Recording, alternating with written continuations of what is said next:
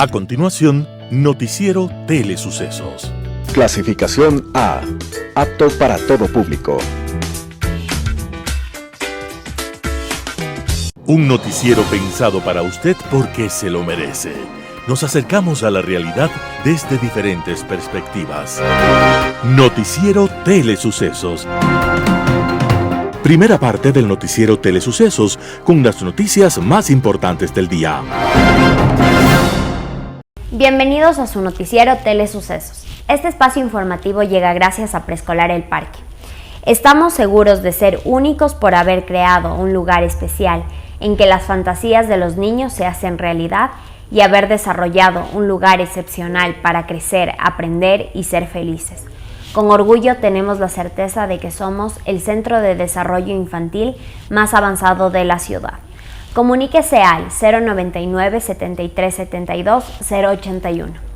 Sean ustedes bienvenidos a su noticiero Telesucesos.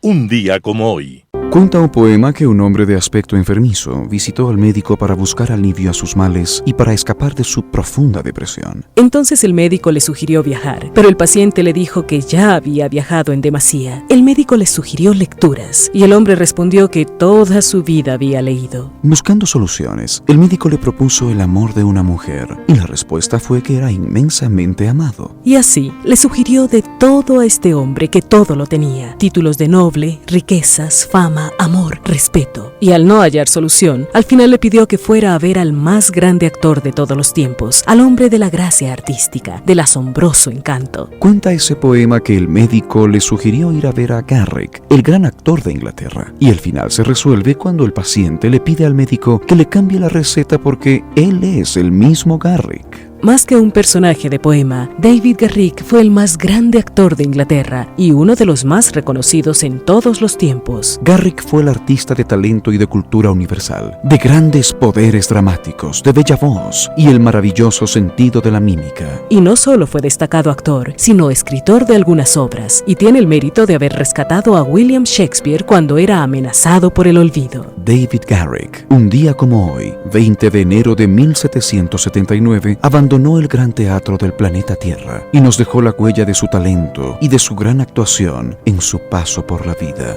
Las principales noticias del día. Titulares. Lasso analiza consultar sobre la eliminación de la judicatura. Se elimina el impuesto a la salida de divisas para la importación de combustibles. Se declaró alerta roja en Quito por COVID-19. En tributación de hoy, la contribución temporal para sociedades. En el segmento de opinión, la creciente criminalidad hace necesario un ministerio de seguridad y la cigarra y la hormiga. En política internacional, perspectivas económicas. Los editoriales serán de Miguel Rivadeneira, las visas que delatan. José Hernández, la consulta de Lasso deja todo intacto. Ricardo Flores, aborto por violación sin plazos. El plop de la noticia. Noticias del día. Lasso analiza consultar sobre la eliminación de la judicatura. El presidente de la República, Guillermo Lasso, aseguró que no descarta consultar a los ecuatorianos sobre la posible eliminación del Consejo de la Judicatura. El mandatario ha adelantado su intención de llamar a una consulta popular para reestructurar el sistema de justicia en el país. A mí me gustaría proponerle al Ecuador una nueva arquitectura institucional para evitar estos conflictos que se presentan entre la Corte Nacional de Justicia y el Consejo de la Judicatura, explicó el mandatario. Por ello, se inclina por prescindir de la Judicatura, pero dijo que eso lo está consultando con especialistas del exterior. Haremos una propuesta que calce con la realidad actual del país. En la consulta popular también se incluirían las preguntas sobre reformas laborales y modificar las atribuciones actuales del Consejo de Participación Ciudadana y Control Social. El presidente Lasso recalcó que la consulta popular coincidiría con los comicios seccionales de 2023. Se elimina el impuesto a la salida de divisas para la importación de combustibles. A través del decreto ejecutivo 327, el presidente de la República, Guillermo Lasso, eliminó el impuesto a la salida de divisas que se cobra actualmente a las importaciones de combustibles, biocombustibles y gas natural. El primer mandatario recordó que hasta hace poco el único autorizado para importar combustibles era la empresa Petroecuador, pero se implementaron cambios en la normativa para impulsar la libre competencia. Lasso puntualizó que la eliminación del impuesto a la salida de divisas evitará que las gasolinas y el gas importado suban de precio y se dará un impulso adicional para que llegue un producto de buena calidad al mercado ecuatoriano. De acuerdo con el decreto emitido este 18 de enero de 2022, la rebaja del impuesto a la salida de divisas se aplicará a las transferencias, envíos o traslados de divisas al exterior en efectivo o a través de giro y cheques. Así también a las transferencias, envíos o pagos de cualquier naturaleza, incluyendo las compensaciones realizadas con o sin intermediación de instituciones del sistema financiero para este tipo de importaciones. Se declaró alerta roja en Quito por COVID-19. La noche del martes 18 de enero, a través de un comunicado, el Comité de Operaciones de Emergencia COE Metropolitano declaró a Quito en alerta roja debido al aumento de contagios por COVID-19. La decisión rige desde el 18 y hasta el 25 de enero, según el informe epidemiológico de la Secretaría de Salud del próximo martes. En la reunión se especificaron las siguientes resoluciones. En educación, los establecimientos educativos municipales se mantienen en la virtualidad hasta el final del quimestre. Además, se impulsará la vacunación de los docentes y de los estudiantes. En el transporte público, se mantiene el aforo del 50% en horas pico y del 75% en horas valle, así como se reforzaría el cumplimiento de la ventilación cruzada, el control de carnet de vacunación y la limpieza permanente de las unidades de transporte. En el trabajo se aconseja al Ministerio de Trabajo reducir las jornadas presenciales debido a la alta concentración de entidades públicas en la ciudad de Quito. Se declaró alerta roja en la capital ecuatoriana a causa del aumento o de un aumento del 187% en casos de COVID-19 y se espera que la tendencia siga al alza, de acuerdo a las autoridades. En las resoluciones se exhorta también al Ministerio de Salud Pública para que se enfatice en las campañas de vacunación en sectores periféricos y rurales del Distrito Metropolitano de Quito y en el sector productivo y hotelero. Tributación de hoy con Cristina Trujillo. Soy Cristina Trujillo de su programa de tributación de hoy en su noticiero de Telesucesos. Son muchos cambios tributarios y usted tiene que estar al día. El periodo fiscal 2022 tenemos muchas cosas que cumplir en el ámbito tributario. Hemos amanecido con rebaja de gastos personales, adicionalmente con contribuciones temporales. Tenemos algunas obligaciones fiscales que usted tiene que ponerse al día. Y qué mejor comenzar con nuestra actualización tributaria en su noticiero de Telesucesos. Vamos a comenzar con algunas pastillas tributarias y quiero hablar sobre la contribución temporal de las sociedades. Las sociedades vamos a generar una contribución sobre nuestro patrimonio. Este patrimonio por nuestra actividades realizadas y adicionalmente nuestro patrimonio al 31 de diciembre del año fiscal 2020. Esos son los parámetros para generar esta contribución. Contribución que tendrá que ser cancelada en el ejercicio fiscal 2022 y 2023. Una contribución solidaria que tiene como base un patrimonio que sea igual o mayor a 5 millones de dólares.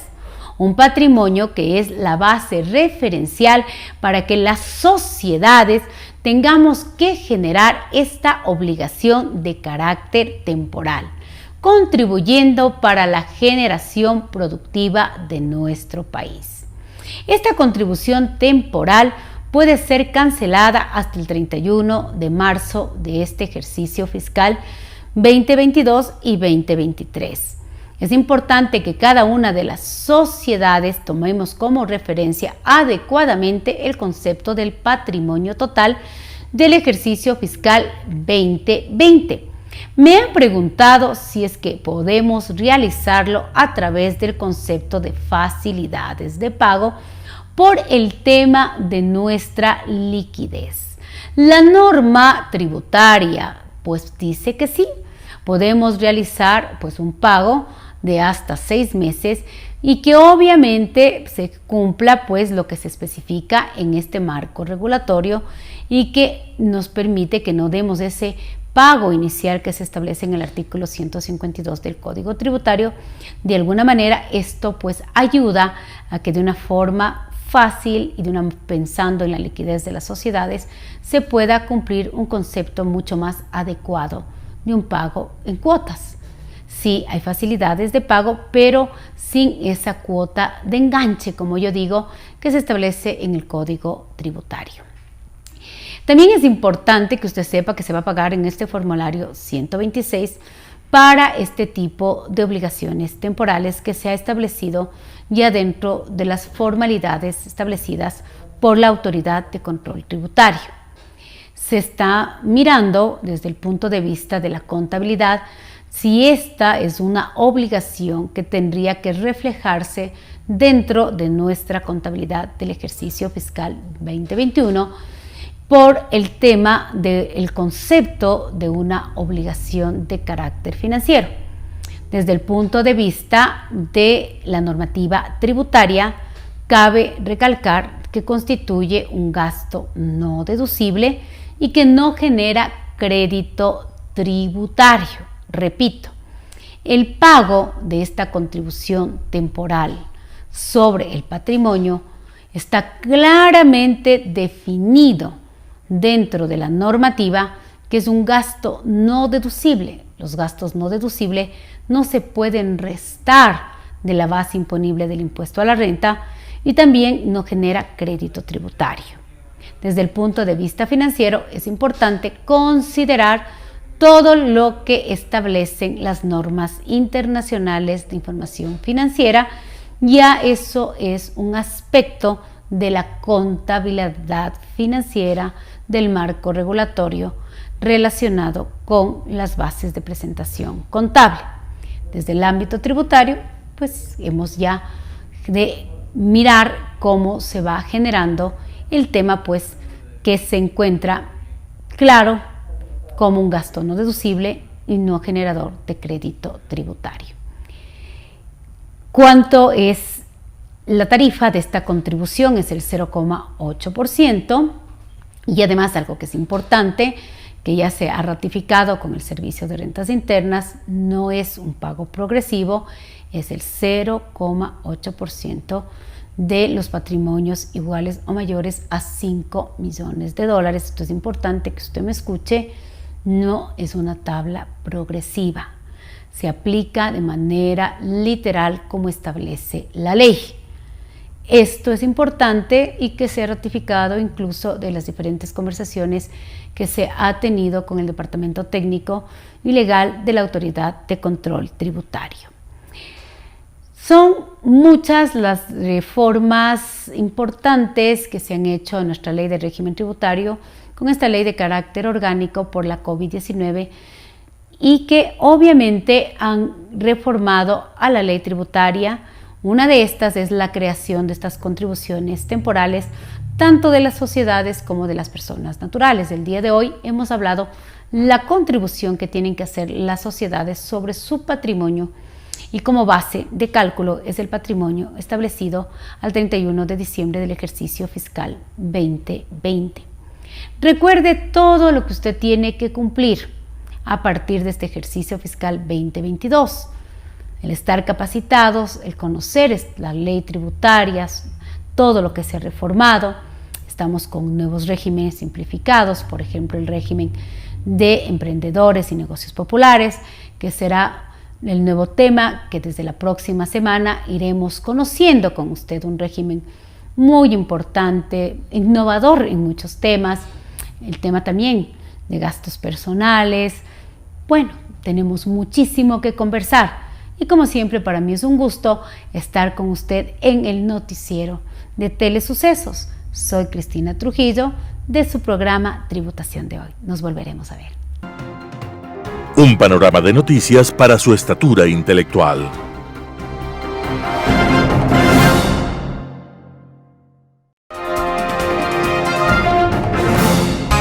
Poder Ciudadano con el doctor Patricio Quijón. La creciente criminalidad impone la creación de un Ministerio de Seguridad. El narcotráfico, sicariato, asaltos cibernéticos, homicidios y robos no paran en el Ecuador. El Ecuador se ha convertido en territorio fácil, de fácil penetración de peligrosos carteles de la droga. Las muertes violentas se han incrementado en forma alarmante, mientras en el año 2019 se registraron 1.187 crímenes, en el 2020 esta cifra subió a 1.372 y en el año 2021 los casos ascendieron a 2.476 homicidios. La falta de control estatal de los centros carcelarios determinó que la violencia nazca precisamente de las disputas por el control de la venta de estupefacientes en el país, trasladándose toda la criminalidad, violencia y guerra de las narcomafias a las calles de las principales ciudades del Ecuador. Los ecuatorianos estamos conscientes de que la apertura de nuestro territorio a los carteles mafiosos se inició y consolidó en los 10 años de la mal llamada Revolución Ciudadana, donde se provocó una rearquitectura jurídica penal para abrir espacios permisivos para el consumo de estupefacientes y, por tanto, para la creciente venta de drogas. Si a eso se añade la salida de la base de Manta, así como la destrucción de radares, podemos encontrar explicaciones claras a las graves consecuencias que ahora nos toca enfrentar como sociedad.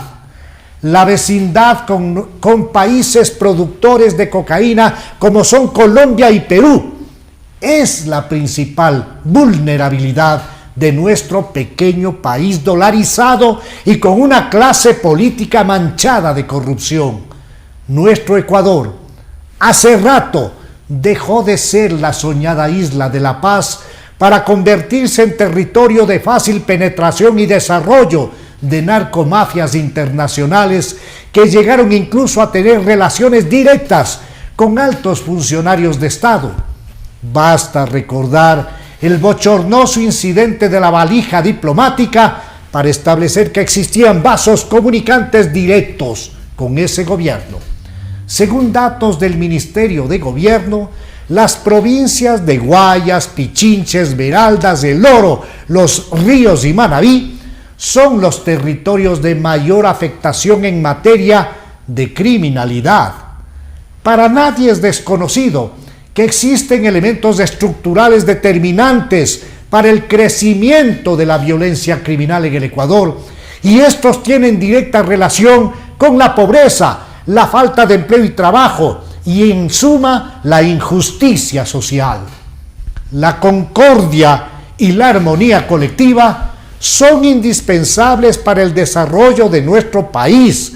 La población ecuatoriana anhela vivir en paz, libre del temor a la violencia criminal.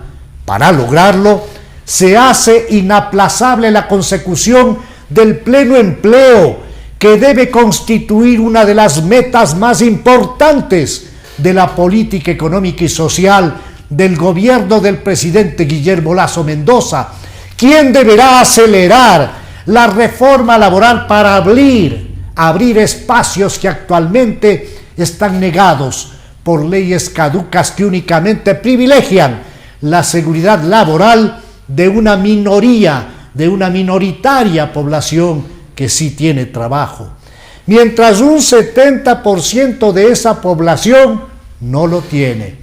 Por ello, deberán establecerse imaginativas exenciones tributarias dentro de un conjunto de estímulos fiscales a fin de que todos los sectores ligados con la producción abran las compuertas para procurar que cientos de miles de compatriotas accedan al trabajo pleno y con ello se procure el mejoramiento de la calidad de vida de la población nacional, puesto que el subempleo y el desempleo constituyen lacras lacerantes propias de la injusticia social y el subdesarrollo. El narcotráfico constituye en la actualidad la amenaza más grave que tiene que enfrentar el sistema democrático y la institucionalidad en su conjunto, esto es, gobernantes y gobernados. No bastan respuestas policiales y militares. Aquí se hace indispensable la construcción de planes multidimensionales de seguridad dentro de un gran acuerdo nacional que deberá ser liderado por el propio jefe del Estado. Ese gran acuerdo nacional por la seguridad y la paz social debe asegurar en favor de nuestro Ecuador la vida de sus habitantes, su seguridad, la paz, la seguridad ambiental, abriendo, claro está, espacios de equidad y justicia que pasan por buscar el empleo pleno, la salud y la educación de calidad. Los gigantescos volúmenes de capital que manejan las narcomafias hacen todavía más vulnerable a nuestro país, que ve con verdadero estupor y generalizada angustia cómo esas organizaciones del narcotráfico llegan a contaminar varios sectores públicos y privados, convirtiéndose en una de las más complejas amenazas para la seguridad y el desarrollo nacional. Todo lo expresado me lleva a proponer la creación de un Ministerio de Seguridad manejado por expertos conocedores de esta compleja materia a fin de que se logre la estructuración de un plan integral de seguridad y desarrollo, con el concurso de la academia, la fuerza pública, los organismos internacionales especializados y la propia ciudadanía. Ese nuevo ministerio no puede ser un espacio destinado al pago de cuotas políticas y peor, un elefante burocrático. Al contrario, la propuesta pasa por constituir una moderna estructura técnica y funcional que se dedique específicamente a esta compleja materia y que en el corto y mediano plazo pueda entregar a nuestra mortificada sociedad resultados concretos y positivos de su trabajo. Opinión. Las fábulas de Esopo son un emblema de la literatura para los niños. En estas encontramos historias ficticias que nos llevaron a la reflexión desde muy pequeños sobre valores esenciales para la vida, como el respeto, la honestidad, la prudencia y el esfuerzo. Una de las historias que seguramente más se recuerda es La cigarra y la hormiga. Esta hace referencia a la importancia de la prevención como una forma de sobrevivencia. Recordemos que la hormiga trabajó mientras otros descansaban y esto le permitió mantenerse a salvo del frío y el crudo invierno. Y la cigarra prefirió relajarse a pesar de que el futuro no era prometedor. Las consecuencias para ella, pues todos lo sabemos de acuerdo con el relato. Y parecería que esta historia encaja perfectamente en lo que estamos viviendo en el país. Es evidente que todos flexibilizamos las medidas de bioseguridad en las festividades de Navidad y fin de año, lo que ha producido 42,000 nuevos contagios de COVID en la segunda semana de enero. Y la cifra pues más alta ha sido esta desde inicios de la pandemia. Es común escuchar casos de parientes o amigos que se infectaron en estas fechas. Las medidas sugeridas por el COE Nacional también son un reflejo de la compleja situación que estamos atravesando, afectando principalmente el desarrollo de las clases presenciales para nuestros niños y adolescentes. En estos momentos, la capacidad de atención de casos COVID en los hospitales públicos y privados está llegando a sus niveles máximos, lo que podría dificultar la atención de casos nuevos en las próximas semanas. Y esto, amigos, nos obliga a retomar los cuidados, porque a pesar de que la letalidad ha bajado gracias al efecto de la vacunación, la pandemia no ha terminado y debemos ser conscientes que cada cama de hospital ocupada para atender un caso COVID significa que otro paciente con otro tipo de enfermedad no puede tener acceso a un espacio en el sistema de salud. Han sido 2 años muy duros para todos, en los cuales nuestra vida cambió por completo.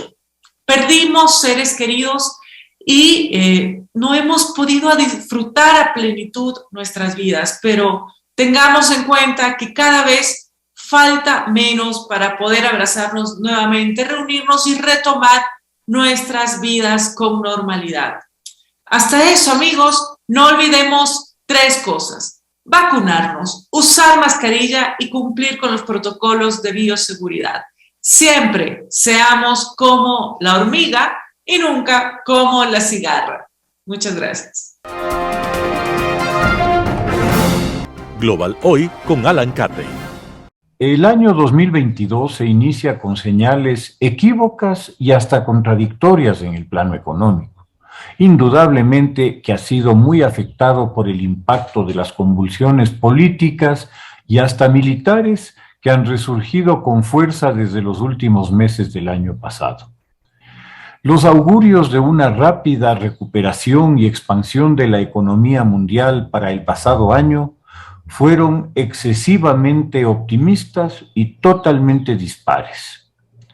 América Latina fue una de las regiones más complicadas para el despegue, pues el impacto de la pandemia fue devastador para el empleo, ahondando una crisis económica que venía de antes, por la caída de los precios de las materias primas, que se agudizó a partir de 2020 con la pandemia, por la brutal contracción de la demanda mundial, por las restricciones sanitarias.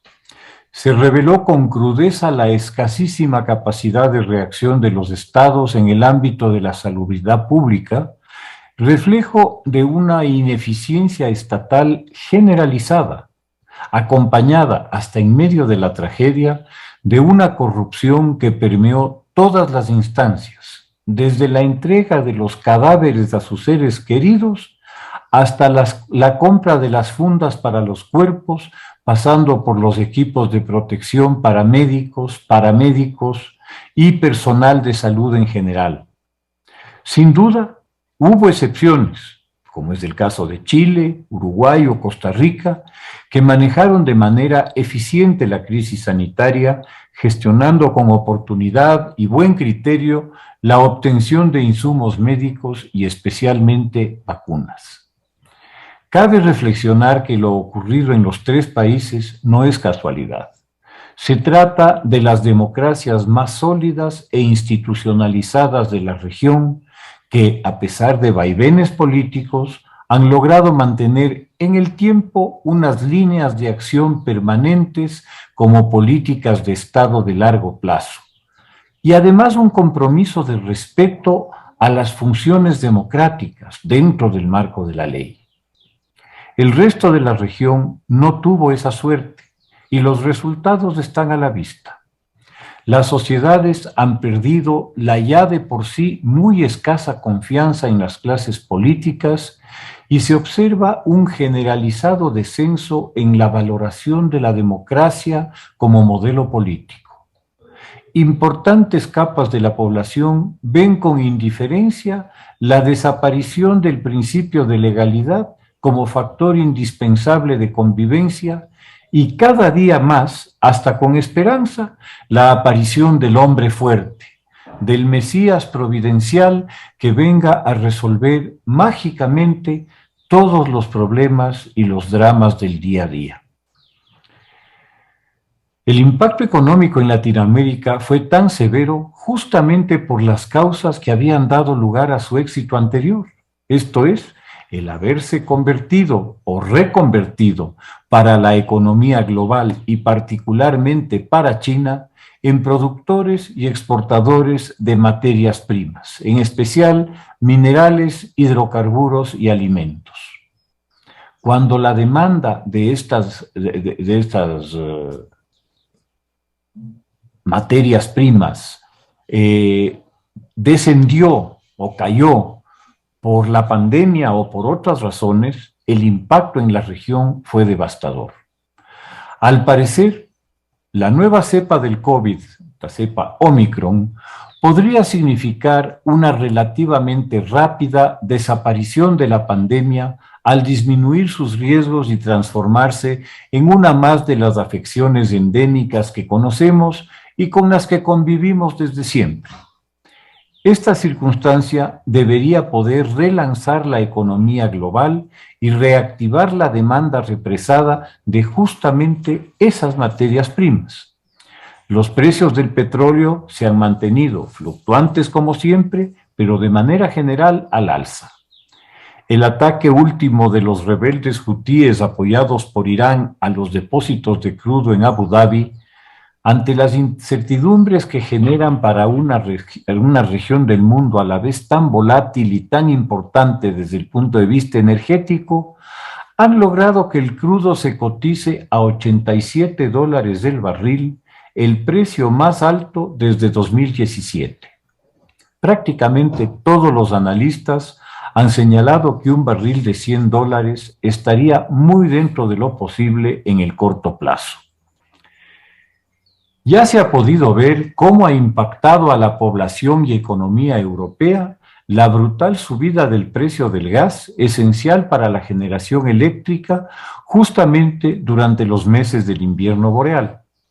Se hace evidente que ante una demanda creciente, los precios se mantendrán al alza, al menos hasta que se reconstituyan las reservas indispensables en las economías industriales. Tal vez la principal preocupación económica a lo largo del año sea la creciente inflación que se está manifestando, sobre todo en los países desarrollados, que durante la pandemia inyectaron ingentes cantidades de dinero, sea directamente a sus ciudadanos a través de subsidios y de bonos, o para evitar el colapso de millones de empresas con la consiguiente destrucción de empleo. Es de suponer que se tratará de frenar la inflación elevando por primera vez en muchos años las tasas de interés, volviendo más costoso el financiamiento, lo que no contribuirá al rápido crecimiento económico. Esto tendrá un particular impacto en América Latina que requiere urgentemente recursos económicos para la reactivación, recursos que no los tiene y que deben provenir sea de la inversión extranjera o del crédito. El líder chino Xi Jinping ya ha expresado sus reservas sobre una política financiera restrictiva, lo que resulta lógico desde su perspectiva.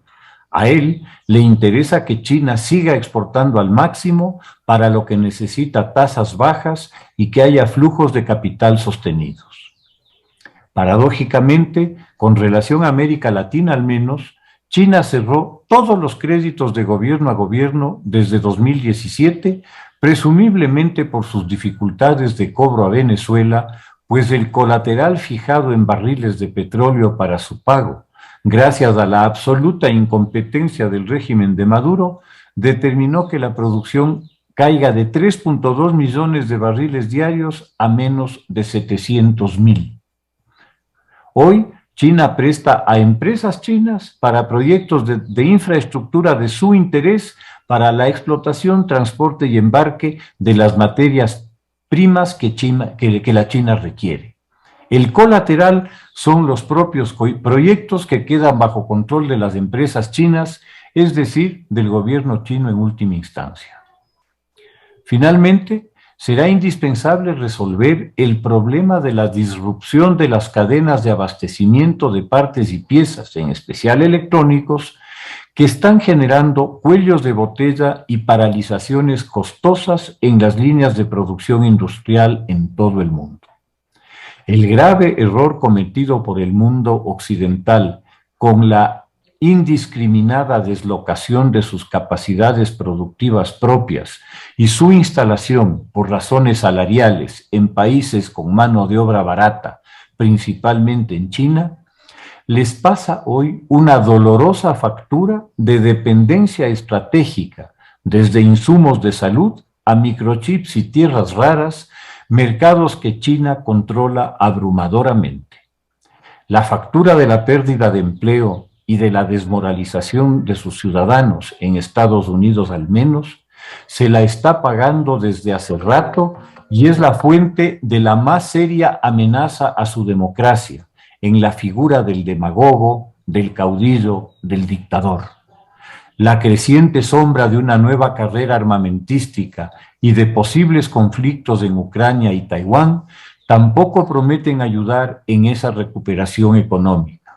Al contrario, cuando la opción de la guerra se pone sobre el tablero, significa que la voz de la sensatez y de la razón se apaga. Complejas perspectivas. Muchas gracias. Editorial. Las visas que delatan, por Miguel Rivadeneira, El Comercio. La política de la Embajada de Estados Unidos es clara. No comparte informaciones públicamente, lo que obliga al Estado a sacudirse. En medio de las demandas para combatir la corrupción con eficacia y enfrentar la impunidad, en el país se enredan las concreciones y hay autoridades que se dan las vueltas en la adopción de medidas y ofrecer resultados concretos. Ese es el caso del escándalo por la revocatoria de visas de Estados Unidos, que resulta un privilegio y no un derecho. No es nuevo el llamado de atención de un embajador cuando señala que la corrupción amenaza la estabilidad de los países y la seguridad de sus ciudadanos. Hace 24 años, el diplomático de entonces hizo serias denuncias de corrupción en las aduanas que involucraba al presidente en funciones, que terminó caído. En la actualidad, ha revocado cientos de visas, pero las más relevantes a generales de la policía, jueces, abogados, trabajadores de los sectores legal y judicial. Aunque son malas las generalizaciones, para no hacerse ilusiones, la política de la embajada es clara. No comparte esas informaciones públicamente, lo que obliga al Estado ecuatoriano a sacudirse, identificar a estos personajes, investigarles y hacer la limpieza. ¿Acaso no es visible lo que tienen o exhiben? Para dejar de ser ingenuos, según la norma legal de Estados Unidos, puede revocar una visa a las personas que hayan violado los términos de su visa por trabajar ilegalmente, quedarse por periodos muy prolongados o por cometer actos delictivos. ¿En qué encajarán los generales de la policía, jueces, abogados, trabajadores del sector legal y judicial? Causa vergüenza cuando un abogado, conocido por sus actuaciones contra la institucionalidad democrática que favoreció al correísmo y ha defendido a políticos perseguidos por la justicia, se jacta, responde despectivamente que le quitaron la visa a Estados Unidos, como si no pasara nada. Por ello, el ciudadano común, hastiado y desencantado de la política, desengañado por tanta declaración y poca acción de sus dirigentes, autoridades e instituciones de organismos de control, se escucha un basta de hacernos más los tontos. Miguel Rivadeneira, El Comercio. La consulta de Lasso deja todo intacto. José Hernández, Cuatro Pelagatos. El presidente de la República anunció el fin de semana la posibilidad de consultar al pueblo en las próximas elecciones. No especificó qué preguntaría a los ecuatorianos, solo habló de la necesidad de hacer una reforma en el sistema judicial y de incluir en la consulta también a la reforma laboral. Es poco desde el punto de vista informativo, pero políticamente el presidente prueba su sentido de la oportunidad. Retoma el tema de la crisis de la justicia que se evidenció cuando la Embajada de los Estados Unidos anunció el retiro de la visa a algunos jueces, abogados y empleados del sector justicia. Y además trepa a la tarima la reforma laboral. Ese nuevo código es importante en su diseño económico y debe enviarlo a la Asamblea Nacional en estos primeros meses del año. Tomar la iniciativa es, por supuesto, develar elementos de su estrategia política y exponerse a verla diseccionada. Y eso ya empezó. El presidente anuncia movidas que hará a lo largo de un año. Es un gran lapso. Uno de los factores esenciales, en su caso, es poder prever resultados en las cosas que desea cambiar. No se antoja evidente porque es imposible vaticinar lo que sucederá en un año y el nivel de popularidad que entonces lo acompañará. Liderar una reforma judicial, a pesar de la cautela que tuvo al anunciar que pedirá ayuda a los organismos internacionales, lo confronta, irremediablemente, al recuerdo de la metida de mano a la justicia por parte de Rafael Correa. En la reforma laboral, su anuncio podría nutrir una pregunta contraproducente. ¿No acaba de levantar el pie del acelerador cuando lo que convenía era mantener la presión para que la Asamblea viabilice esa reforma o corra con el costo de no hacerla? El presidente vuelve a la consulta popular como un instrumento político susceptible de generar transformaciones profundas, imposibles de lograr con su baja representación en la Asamblea Nacional. Vuelve a anunciar una consulta sin que el horizonte político haya cambiado nada que asegure que en un año, y en plena efervescencia electoral, la consulta, si la convoca, no sea lo que siempre ha sido en Ecuador, un plebiscito sobre el primer mandatario. Nada ha hecho el gobierno para que en una consulta no prime el carácter plebiscitario sobre los temas llevados a las urnas. Ese es parte del cambio cultural que se pensó que implementaría el gobierno del presidente Guillermo Lasso.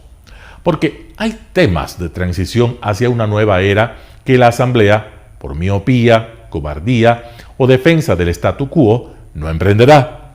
La cuestión laboral es una de ellas. El gran déficit político y de comunicación de esta administración está ahí, en no haber entendido que el gobierno debía explicar a los ciudadanos las condiciones del nuevo momento y la necesidad para asumirlo exitosamente de crear nuevos instrumentos educativos, laborales, de producción y de solidaridad. Esa ruptura cultural requiere altas dosis de pedagogía. Fue claro, desde el inicio de su gobierno, que Lasso necesitaba del aporte y del apoyo de la sociedad para gobernar en un momento en el que la política nacional es, con especial vehemencia y con tan pocas excepciones, un ejercicio inequívoco de piratería. El gobierno, también los demócratas del país, harían bien de darse una vuelta por el sistema político suizo. 70 referendos federales y 350 en el plano local en apenas 10 años.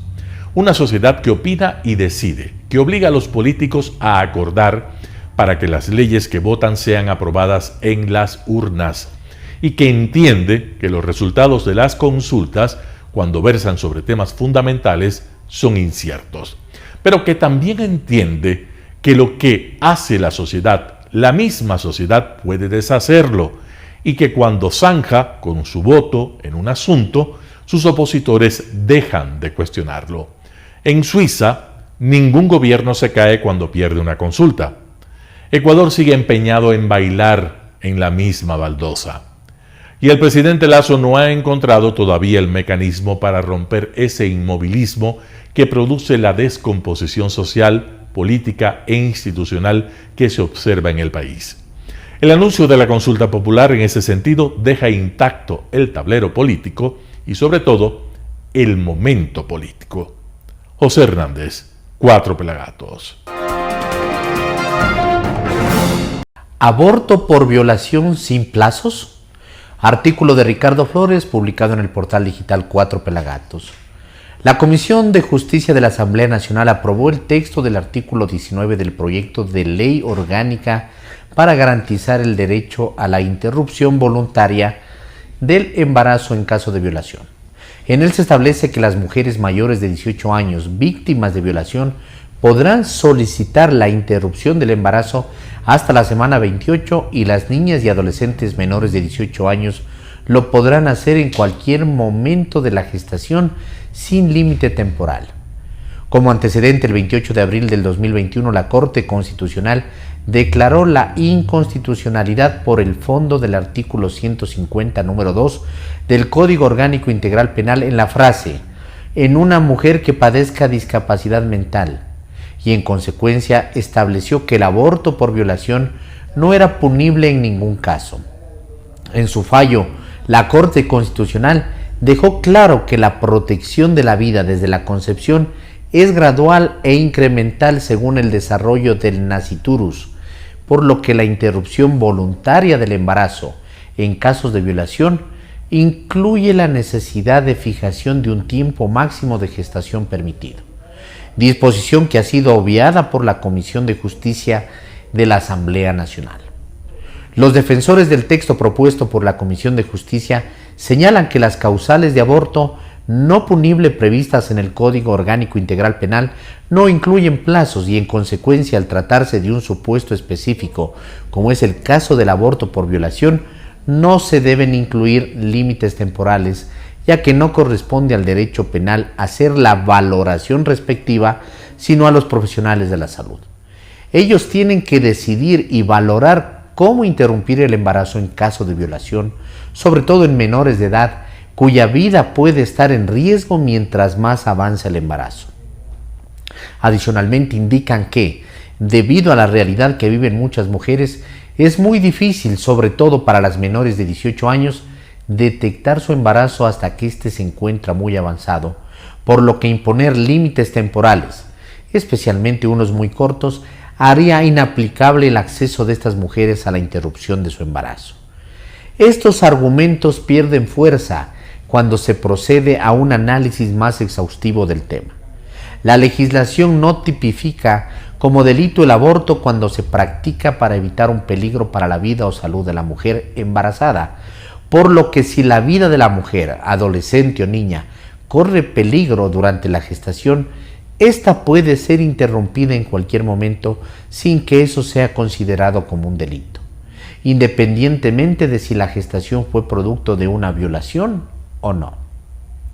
Asimismo, el texto propuesto por la Comisión de Justicia no señala qué sucede si una mujer embarazada de 27 semanas, cuando algunos fetos ya son viables, solicita la interrupción del embarazo sin que exista riesgo para la salud de la madre o el niño. ¿Se inducirá el parto prematuro de la mujer poniendo en riesgo la vida del nasciturus?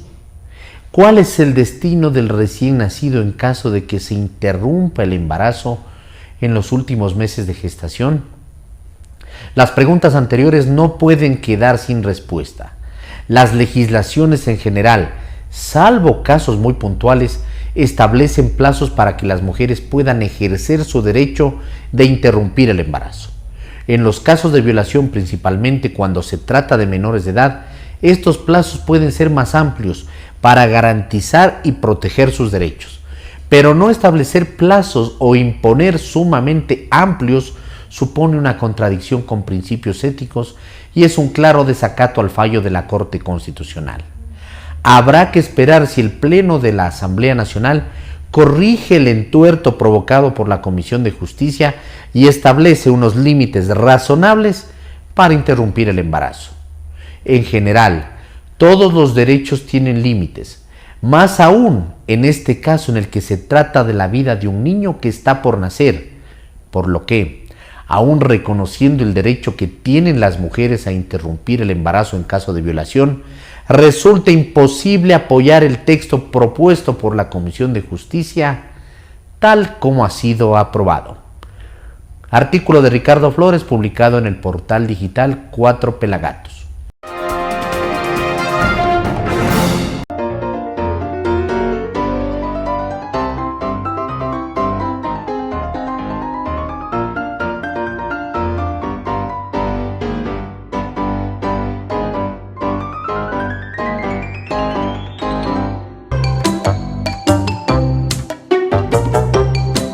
El Plop de la noticia con Andrés Castillo.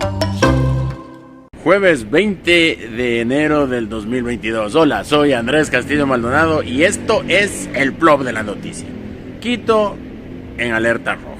Nuevamente avanza el virus, nuevamente avanza la pandemia, nuevamente volvemos a las restricciones, otra vez el 50% del trabajo, otra vez cerrados los sitios, otra vez con amenaza de confinamiento, otra vez nos va a comenzar a ganar la moral y la autoestima el virus. Y esto no solamente sucede por la variante Omicron, no.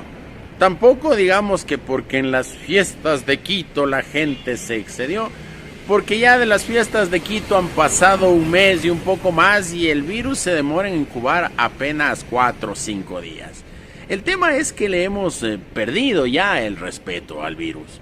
Ya creemos que con las vacunas, si bien es cierto nos podemos enfermar, pero no vamos a estar en la unidad de cuidados intensivos y mucho menos vamos a fallecer.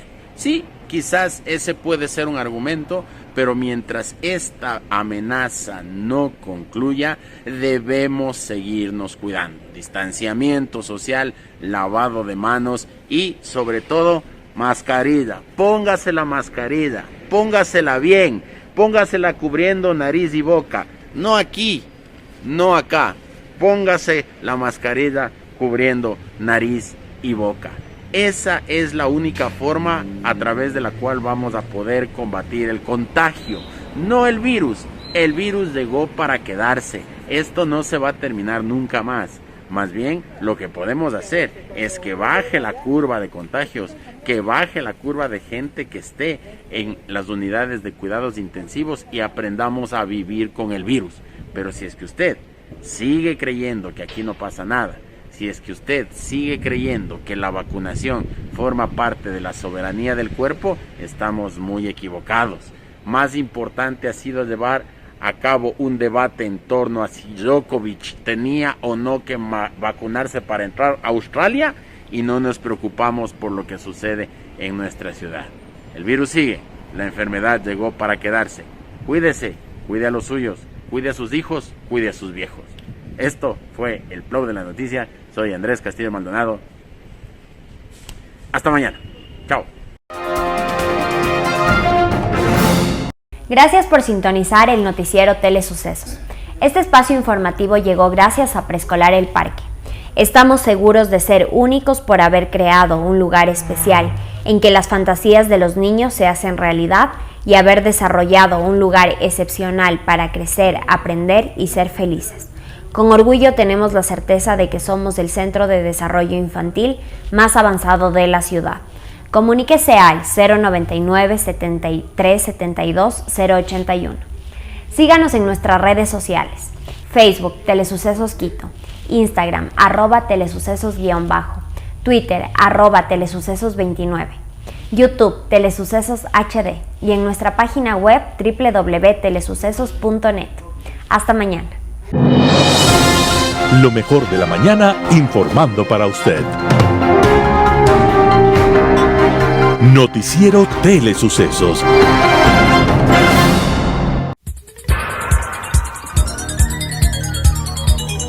Las opiniones vertidas en este espacio por la producción y dirección del programa son de exclusiva responsabilidad de sus autores y de quienes intervienen en ellos.